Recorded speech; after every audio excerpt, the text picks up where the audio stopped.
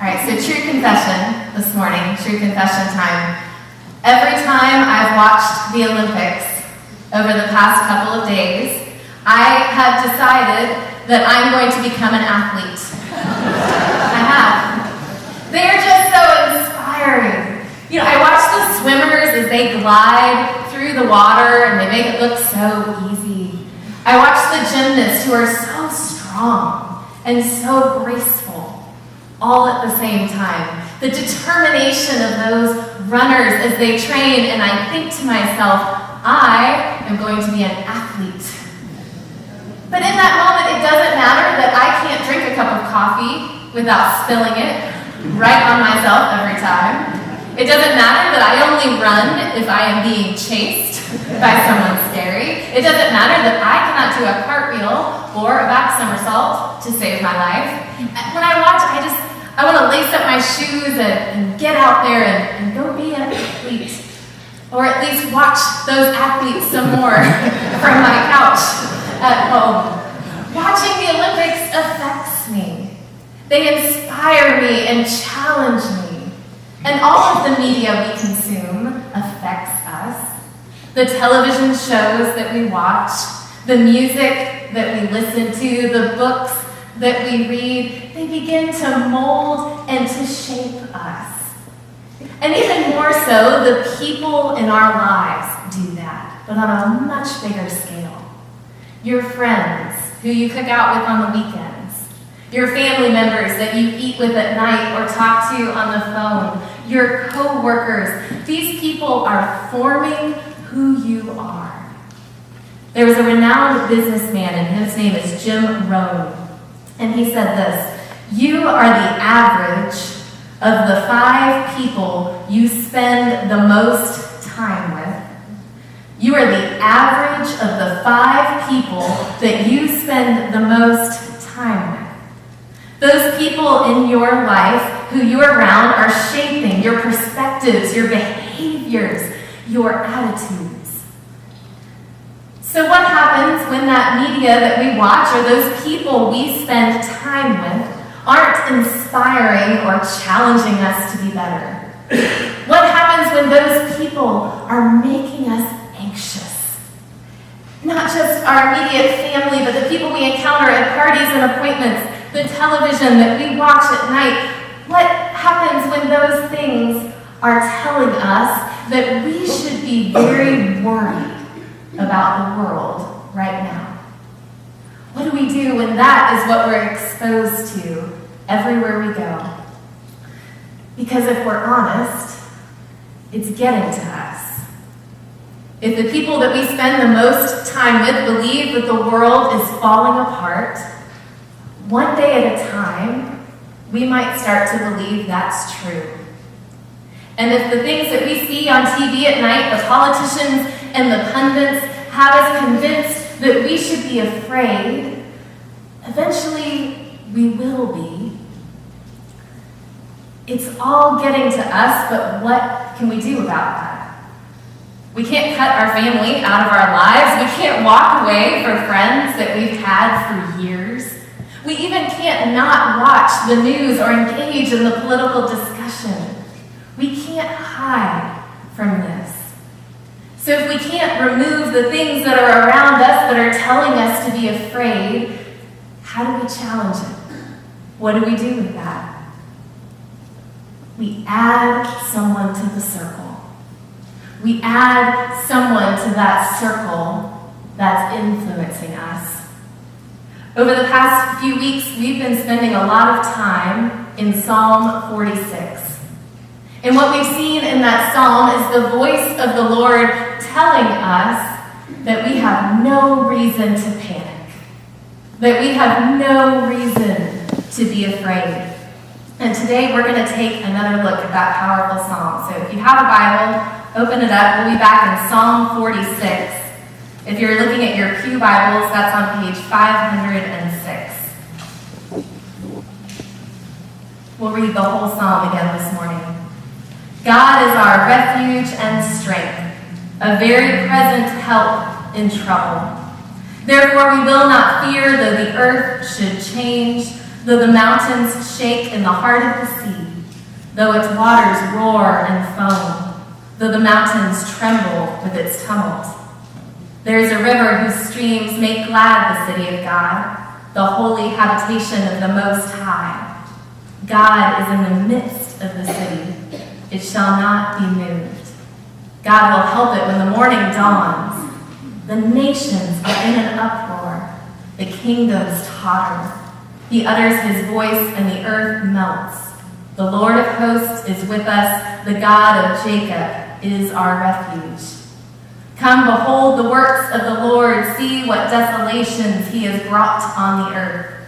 He makes wars cease to the end of the earth. He breaks the bow and shatters the spear. He burns the shields with fire. Be still and know that I am God. I am exalted among the nations. I am exalted in the earth. The Lord of hosts is with us. The God of Jacob is our refuge. This is the word of the Lord. Thanks be to God indeed. So the first week we read this psalm, and we talked together, Dave and I, about how it calls us to make a decision. Will we trust in God, or will we hold on to fear? And then last week, Dave focused on the verse that talks about how God is in the midst of the city. And that if we trust God, we don't hide in our homes. That we run right into the middle of the city because that is where God is at work. And that we become engaged in our community.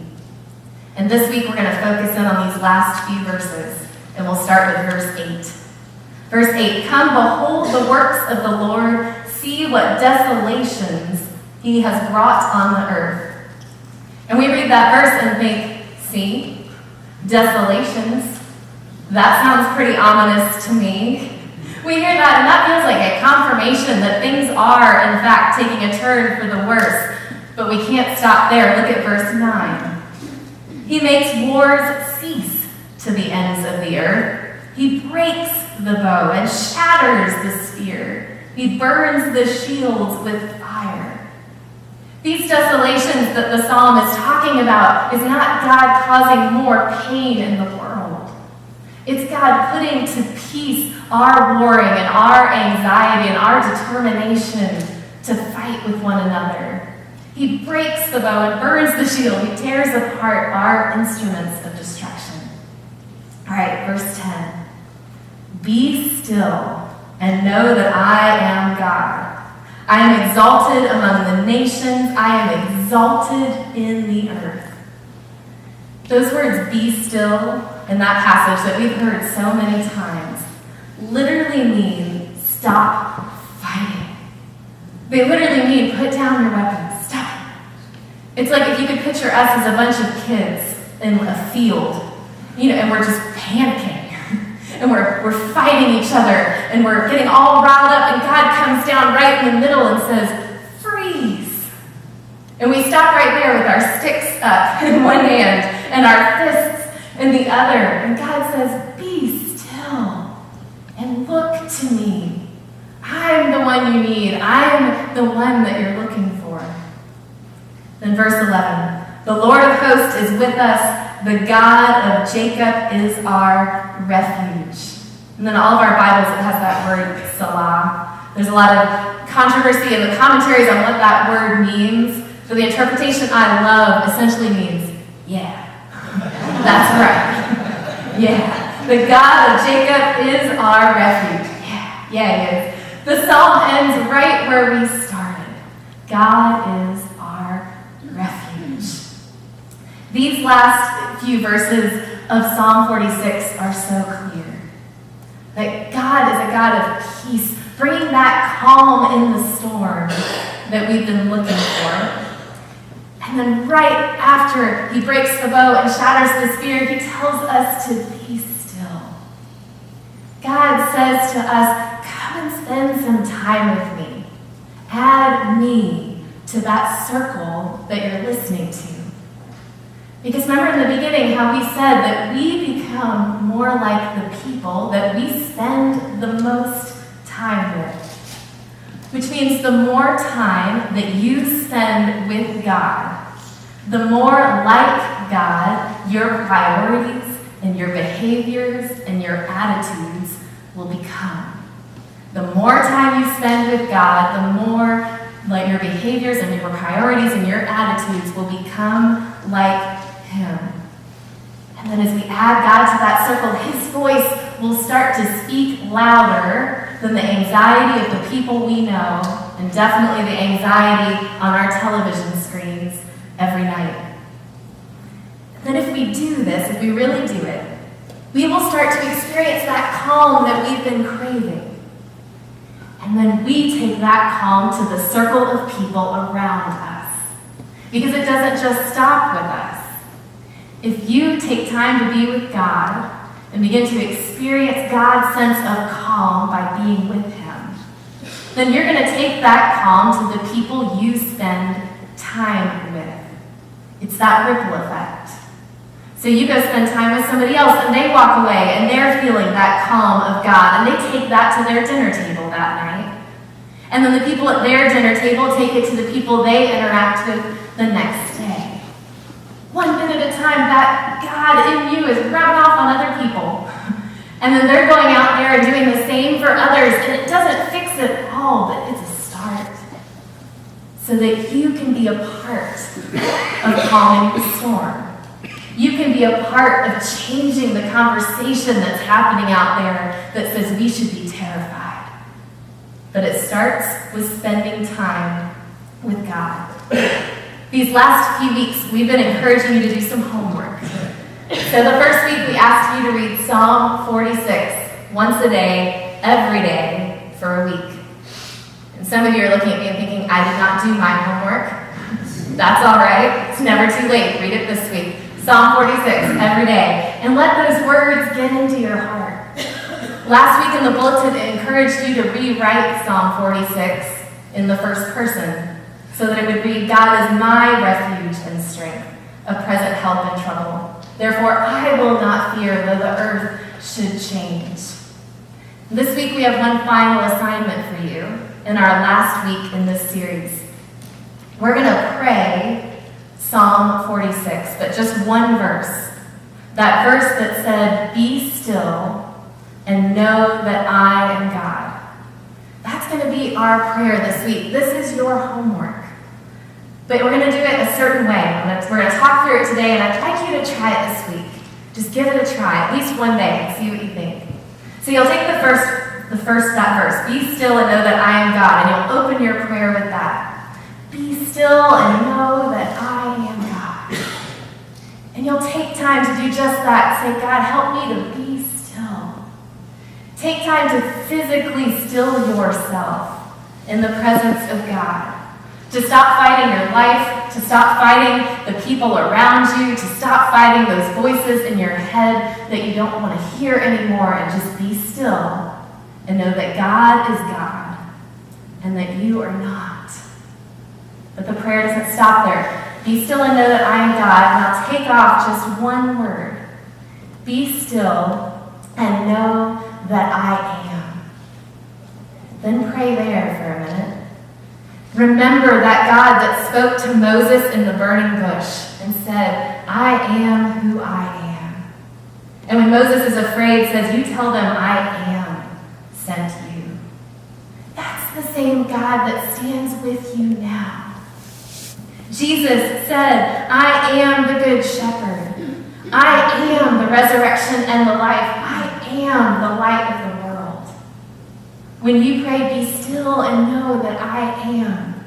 Remember that Jesus stands in the middle of our city and is calming the storm. All right, but it's not going to stop there. Be still and know that I am God. Be still and know that I am. Be still and know.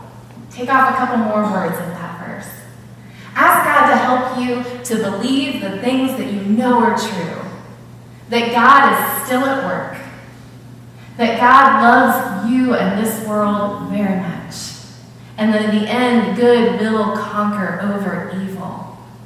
Be still and know. Know those things like you know your name. Then take off another. be still. Ask God to help you be at peace, to be that still, calming voice in the circles around you. That your spirit, when it stirs up because you saw something on the news and you're afraid, would stop and be still in the presence of God. And there's one more, and that's be. And that word is powerful for us. Just be. Be in God's presence. Be and know that you're a child of God, and you just have to be that. Just as you were created, just as you were called. That you're not God and you can't fix it, but you can be with God, and that's enough. So we be. If you pray that prayer every day this week, it will change you. And we'd ask you to do that. Be still and know that God is